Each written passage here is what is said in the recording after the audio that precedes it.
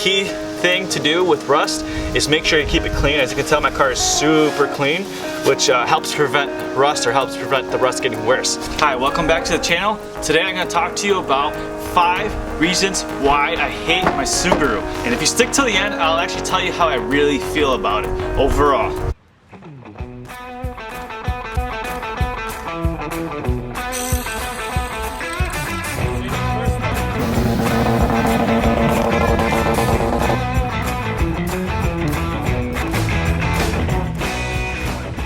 So my first reason why I hate Subaru, why I hate my Subaru is oil. Anybody that owns a Subaru knows that these vehicles just love to eat oil. They just gulp it down. They're just so thirsty for the oil and gas, but more so oil.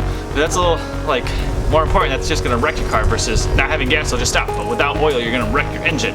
And so these cars, pretty much every gas fill, every other gas fill, I'm checking how much oil I have left. I literally have a jug of oil in the back of my car just in case my oil level is a little bit low, I can top it off. So the oil kind of leads me into my next reason why I hate Subarus. So my second reason is just the engine. It's just like ready to explode and kill you. Well, kill itself, I guess. Low oil will lead to actually spinning a rod bearing, and then you get that Subaru rumble turns from a rumble to a Subaru knock. And everybody is scared of that Subaru knock because that means your engine needs to be rebuilt or just thrown into the trash because it's gone. Also, there's the timing belt, and the timing belt on these cars are kind of known to be a pain in the butt to change, and they have to be changed. It's an actual belt, not a change, so they got to be changed quite regularly, every 60,000 miles to 100,000, depending how adventurous you're feeling. And then there's the ring line failure. These cars, if they're driven hard for long periods of times, and if they're not tuned correctly, or if they're just, for whatever reason, the ring line just fails on them, and then you just have to rebuild your engine again. And the other one is the head gaskets. On some of them, not this particular car, but a lot of them, some of the older ones, there's certain ones that are known to have head gasket failures, and so that just kind of leads to the whole brand that everybody that owns a Subaru just believes their car might at some point have head gasket failure. So with all these issues, I literally have a whole nother engine in my garage just ready to go at any moment in case this one breaks. I have donor parts, or I can just swap in the whole other engine in here. So the third reason why I hate my Subaru is that it just has some tranny stuff going on. It's kind of not bad, but not great. One of the things it kind of does, which is kind of common with all Subarus, is that if I go to shove it into first gear real quick, it grinds. So what I gotta do is hit the clutch, give it a quick second, then I can put it in first. If I do it too fast, the gears just grind. And apparently I have a buddy who called Subaru, and he had a newer one than this one. It was only like 2-3 years old. He's like, what's up with this? Can you guys change out my tranny? And they told him, nope, suck it up, buttercup, because that's just a Subaru thing. Yeah, that's not cool, but it's something that we live with. Also, the synchros on them aren't the greatest. I know it's kind of like a 14. Wow, I can't do math today. It's a 16-year-old car. And so with my specific car, if I'm kind of flying kind of fast, or maybe a little bit above the speed limit, and decide to go from 4th to 5th, and I don't rev match and my RPMs are a little bit too high, the synchros are kind of weak, and so it grinds there. So I kind of have to let the RPMs settle down, and then I can throw it into 5th gear. If I skip 4th gear, it'll do that quite often.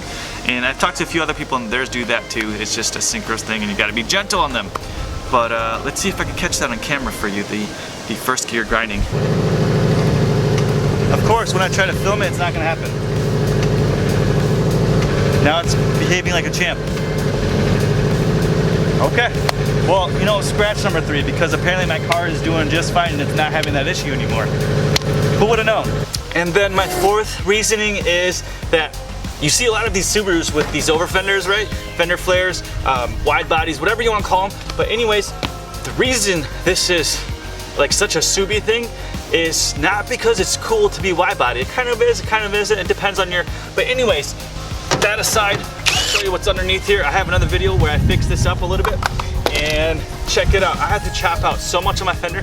That's not because I'm slammed or anything. The fair's a little bit bigger, but I'm actually at a stock height.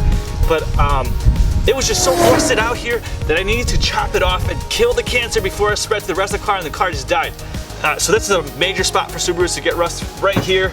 They also get them in the doors and the kind of rocker area, but or side skirt, whatever you want to call it, area.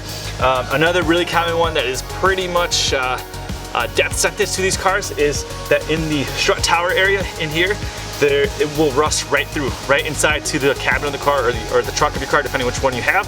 But when you have that, if you don't catch it early enough and re-weld it or just cut it out and then stick something else there, some reinforcement, it will rust your entire tower, and then your strut is not really attached to anything, just kind of flopping around. Then you have this floppy suspension in the back of your car, and it's just crazy, you're gonna crash. So be careful that you don't do that, or check it out.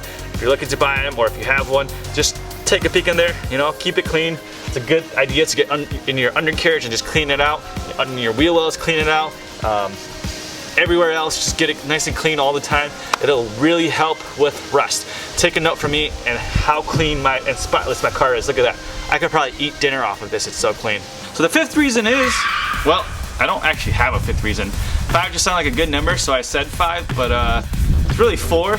And well, you made it to the end. And so I'll tell you what I really feel about my car. I actually love this car so much so that I recommend it to a bunch of people. Now, I do give them the warnings, you know, kind of this video basically, of what to look for in these cars and what to expect with these cars. And yeah, so I love this car. And check out the other video, the 5 reasons why I love my Subaru, or why I love Subaru. And anyways, thanks for sticking all the way to the end. Catch you guys next time. Oh, come on, you, be nice to me. Be nice, yo, just love me, camera. There we go, that's the shot we're going with. I literally have a thing. I literally have a, what is this called, a container. I'll show you that real quick.